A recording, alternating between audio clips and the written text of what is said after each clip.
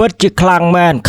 នលោកដូណាល់ត្រាំកម្រាមកម្រិតធ្ងន់ពីសេតវិមានទៅកាន់ប្រទេសអ៊ីរ៉ង់តែម្ដងយើងនឹងវាយបកទៅកាន់ប្រទេសអ៊ីរ៉ង់ឲ្យខ្ទេចខ្ទីដល់សម័យការប្រើប្រាស់ថ្មប្រសិនបើច្រកសមុទ្រហមោះមិនត្រូវបានបើកឡើងវិញទេចឹងទេប្រធានាធិបតីអាមេរិកដូណាល់ត្រាំប្រកាសហើយថានឹងកំទេចអ៊ីរ៉ង់ឲ្យខ្ទេចខ្ទីទៅដល់យុគសម័យនៃការប្រើប្រាស់ថ្មណោះប្រិមិត្តនេះគឺជាសម្ដីមួយចេញពីមាត់របស់ប្រធានាធិបតីតាមរយៈការចេញផ្សាយ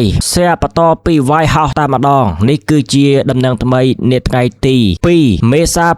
2026ក្រោយពីសម្ព័ន្ធមិត្តដទៃផ្សេងទៀតដូចជាអ៊ីតាលីបារាំងអង់គ្លេសប៉ូឡូញជាដើមមិនឲ្យអាមេរិកប្រើប្រាស់ទ័ពរបស់ខ្លួនទេនៅក្នុងការទៅតតាំងវាយជាមួយប្រទេសអ៊ីរ៉ង់ដោយសារតែគេលើកឡើងថាវាមិនមែនជាការបម្រើផលប្រយោជន៍ទៅដល់ប្រទេសរបស់គេវាជាការបម្រើផលប្រយោជន៍ទៅដល់ប្រទេសអ៊ីស្រាអែលនិងសហរដ្ឋអាមេរិកហើយក្នុងនោះលោកម៉ាកូរូប៊ីអូនិងដូណាល់ត្រាំខឹងខ្ញាល់តែម្ដងទៅកាន់សម្ព័ន្ធមិត្តទាំងនោះហើយប្រមាននៅក្នុងការគម្រាមដកខ្លួនចេញពីសម្ព័ន្ធមិត្ត NATO នេះតែម្ដងចុះប្រិមិត្តទាំងអស់គ្នាយល់យ៉ាងណាដែរតោះទៅសម្ដាប់ព័ត៌មានយោងតាមការចុះផ្សាយជាផ្លូវការចេញពីករណីសេតវិមាន The White House បានស្រង់សម្ដីផ្ទាល់របស់ប្រធានាធិបតីដូណាល់ត្រាំដែលបានបង្ហោះនៅលើបណ្ដាញសង្គម Truth Social របស់លោកតាក់ទងនឹងស្ថានភាពតានតឹងបំផុតរវាងសហរដ្ឋអាមេរិកនិងប្រទេសអ៊ីរ៉ង់ខ្លឹមសារទាំងស្រុងដែលត្រូវបានបកប្រែដោយខាងក្រោមបាទនេះគឺជាខ្លឹមសារដែលខ្ញុំបកប្រែប្រិយមិត្តថាតើត្រាំទៅស្អីអីខ្លះនៅលើ Truth Social របស់គាត់ប្រធានាធិបតីនៃរបបថ្មីរបស់អ៊ីរ៉ង់ដែលមានលក្ខណៈជ្រុលនិយមតិចជាងមុននិងមានភាពឆ្លាតវៃជាងអ្នកកាន់តំណែងមុនឆ្ងាយណាស់ទើបតែបានស្នើសុំបទឈប់បាញ់ពីសហរដ្ឋអាមេរិកបាទចឹងទេដូណាល់ត្រាំថាមានប្រធានាធិបតីថ្មីបាទដែលឆ្លាតវៃយល់ឃើញអំពី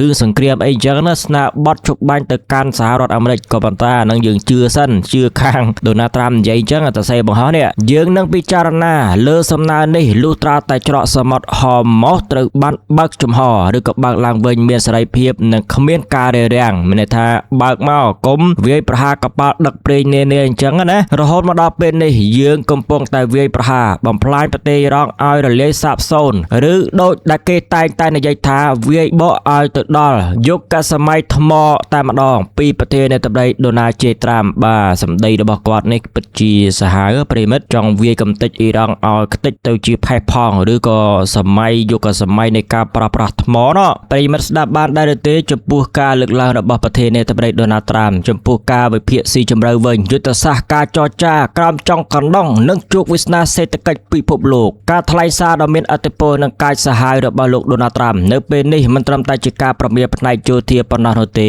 ប៉ុន្តែវាគឺជាការបញ្ចេញយុទ្ធសាស្ត្រ maximum pressure ឬក៏ហៅថាសម្ពាធអតិបរមាកម្រិតខ្ពស់ជាទីបំផុតចំណុចសំខាន់ដែលគួរឲ្យកត់សម្គាល់មានដូចជាការដែលលោកប្រធានាធិបតីត្រាំប្រើប្រាស់ពាក្យសរសើរថាប្រធានាធិបតីថ្មីរបស់អ៊ីរ៉ង់ឆ្លាតវៃនិងមិនសូវជ្រុលនិយមគឺជាបច្ចេកទេសបំបែកបំបាក់ផ្ទៃក្នុងរបស់អ៊ីរ៉ង់និងជាការដាក់សម្ពាធទាំងស្រុងឲ្យមេដឹកនាំថ្មីរូបនោះត្រូវជ្រើសរើសរវាងការសម្របសម្រួលឬការវិនិស្សកម្មមានន័យថាចង់បានការសម្របសម្រួលឬក៏ត្រូវឲ្យប្រទេសអ៊ីរ៉ង់នឹងខ្ទេចខ្ទីទាំងស្រុងអញ្ចឹងណាហើយគាត់បានទៅសើប្រធានាធិបតីថ្មីរបស់អ៊ីរ៉ង់ពីណាគេខ្ញុំអត់ដឹងណារឿងមួយទៀតនោះគឺច្រកសមុទ្រនេះគឺជាសរសៃឈាមសេដ្ឋកិច្ចដ៏សំខាន់បំផុតរបស់ពិភពលោកដែលប្រេងឆៅប្រមាណជា 20% ត្រូវបានដឹកជញ្ជូនឆ្លងកាត់ទីនោះការដែលលោកត្រាំដាក់លក្ខខណ្ឌបើកចំហនិងមានសេរីភាពមានថាឲ្យបើកច្រកសមុទ្រហមោះឡើងវិញកុំទៅប៉ះពាល់គេអញ្ចឹងណាមានន័យថាអាមេរិកចង់ក្តាប់ការគ្រប់គ្រងផ្លូវទឹកនេះទាំងស្រុងដើម្បីធានាសន្តិសុខធម្មពលសកលឃ្លាចុងក្រោយបង្អស់ដែលធ្វើឲ្យពិភពលោកមានការភ្ញាក់ផ្អើលទាំងស្រុងពាក្យថាបាញ់ឲ្យអ៊ីរ៉ង់ខ្ទេចខ្ទីទៅជាសម័យយុគប្រើប្រាស់ថ្ម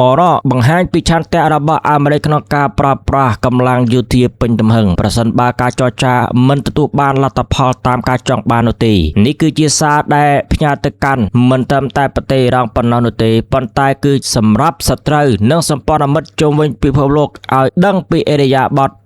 អាមេរិកមុនគេឬក៏អាមេរិក first អញ្ចឹងទៅនេះគឺជាអ្វីដែលខ្ញុំបានវិភាគខ្លះតាក់ទិនទៅនឹងសម្ដីរបស់លោកដូណាល់ត្រាំថ្លែងមកឃ្លាណាប្រិយមិត្តក៏ប៉ុន្តែសម្ព័ន្ធមិត្តរបស់លោកដូណាល់ត្រាំ NATO កំពុងតែ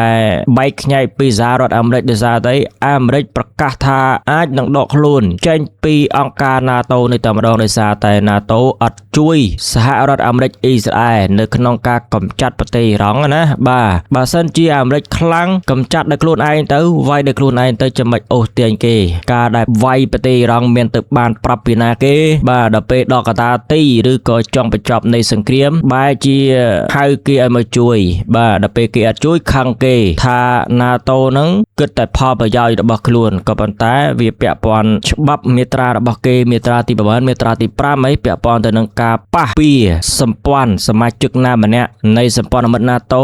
នឹងត្រូវប៉ះពីទាំងអស់ក៏ប៉ុន្តែសង្គ្រាមអ៊ីរ៉ង់មានអ៊ីរ៉ង់ណាទៅប៉ះពី NATO បាទមានតែអាមេរិកអ៊ីស្រាអែលហ្នឹងហើយមានថាអ៊ីស្រាអែលអូសដៃសហរដ្ឋអាមេរិកមកវាយអ៊ីរ៉ង់ប្រិមិត្តយកឃើញចឹងអត់បាទនេះគឺជាដំណឹងបាទហើយប្រិមិត្តអាចស្ដាប់អំពីអ្វីដែលសម្ព័ន្ធមិត្ត NATO មួយចំនួនដូចជាអ៊ីតាលីប៉ូឡូញចក្រភពអង់គ្លេសជាដើមនិយាយបាទពាក់ព័ន្ធរឿងសហរដ្ឋអាមេរិកចង់ប្រើប្រាស់មូលដ្ឋានទ័ពរបស់ខ្លួនប៉ុន្តែគេបដិសេធស្ដាប់ដូចទៅប្រិមិត្តអញ្ចឹងតើបានជាដូណាល់ត្រាំនិងលោកម៉ាកូរូបអូខឹងខ្ញាល់ទៅនឹងសម្ព័ន្ធមិត្តរបស់ខ្លួនដែលមិនអោយសហរដ្ឋអាមេរិកប្រើប្រាស់មូលដ្ឋានទ័ពវាយប្រហារទៅកាន់ប្រទេសអ៊ីរ៉ង់ឥឡូវនេះបាទរង្គោះរង្គើប្លុកអឺរ៉ុបតែម្ដងបណ្ដាប្រទេសសម្ព័ន្ធមិត្តអាមេរិកសម្រាប់បិទដែនអាកាសនិងមូលដ្ឋានទ័ពមិនអោយប្រើប្រាស់ក្នុងសង្គ្រាមមជ្ឈិមបូព៌ាវាយប្រហារទៅកាន់ប្រទេសអ៊ីរ៉ង់ទេនេះគឺជាដំណឹងថ្មីយោងតាមការចុះផ្សាយរបស់សារព័ត៌មានអាចារ្យសេរ៉ាបានដឹងណាប្រិយមិត្តនាថ្ងៃទី1មេសា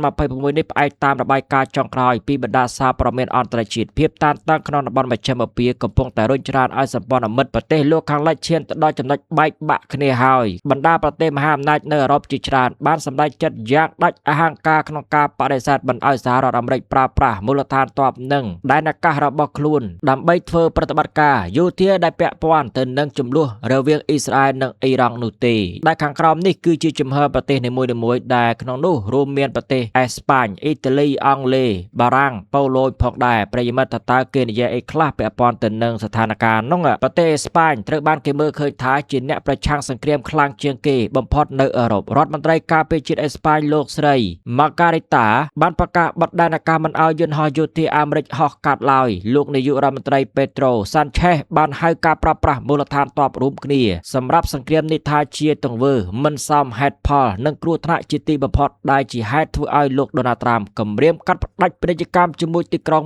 Madrid ថែមទៀតផងឯប្រទេសអ៊ីតាលីវិញទោះបីជាមានទំនាក់ទំនងល្អជាមួយ Washington ប៉ុន្តែរដ្ឋាភិបាលអ៊ីតាលីបានបដិសេធមិនឲ្យយន្តហោះទម្លាក់គ្រាប់បែកអាមេរិកប្រើប្រាស់មូលដ្ឋានទ័ពក្នុងកោះរបស់ខ្លួនឡើយទោះជាយ៉ាងណាអ៊ីតាលីបានព្យាយាមសម្រាលសភាពការដោយបញ្ជាក់ថាខ្លួននឹងពិនិត្យមើលរាល់សំណើរបស់សហរដ្ឋអាមេរិកទៅតាមករណីជាក់ស្ដែងដើម្បីជៀសវាងភាពតានតឹងផ្នែកការទូតអានេះគឺប្រទេសអ៊ីតាលីបាទអ៊ីតាលីធ្លាក់ចេញពី World Cup ហើយថ្មីយប់ម្សិលមិញណាឯទី3ចក្រភពអង់គ្លេសវិញបើទោះបីជាអនុញ្ញាតឲ្យយន្តហោះអាមេរិកប្រើប្រាស់មូលដ្ឋានទ័ពប៉ុន្តែបានកំណត់លក្ខខណ្ឌយ៉ាងតឹងរ៉ឹងថាគឺសម្រាប់តែបេសកកម្មការពារខ្លួនប៉ុណ្ណោះនាយករដ្ឋមន្ត្រី Keir Starmer បានសង្កត់ធ្ងន់ក្នុងសន្ទរកថាទៅកាន់ជាតិថានេះមិនមែនជាសង្គ្រាមរបស់យើងទេយើងនឹងមិនចូលរួមក្នុងចំនួនដែលមិនមែនជាផលប្រយោជន៍ជាតិរបស់យើងឡើយចឹងទេលោក Keir Starmer នាយករដ្ឋមន្ត្រីអង់គ្លេសថាមិនមែនជាសង្គ្រាមរបស់អង់គ្លេសទេជាសង្គ្រាមរបស់អ៊ីស្រាអែលនិងសហ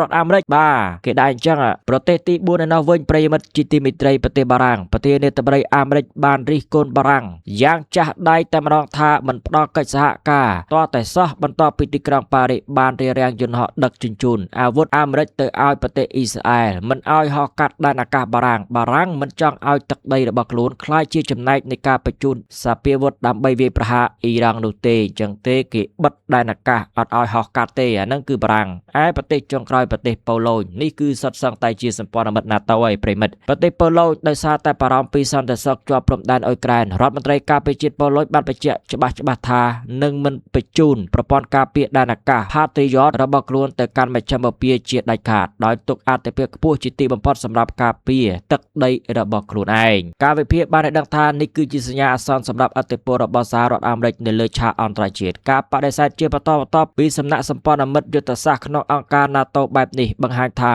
បណ្ដាប្រទេសអឺរ៉ុបលែងចង់ដើរតាមមហិច្ឆតាសង្គ្រាមរបស់អាមេរិកដោយងងឹតងងល់ទៀតហើយជាពិសេសនៅពេលដែលសកម្មភាពទាំងនោះអាចទាញពួកគេឲ្យធ្លាក់ទៅក្នុងភ្លុកភ្លើងសង្គ្រាមដ៏ធំជាមួយប្រទេសអ៊ីរ៉ង់ដកស្រង់ចេញពីអាចារ្យសារ៉ានិង Reuters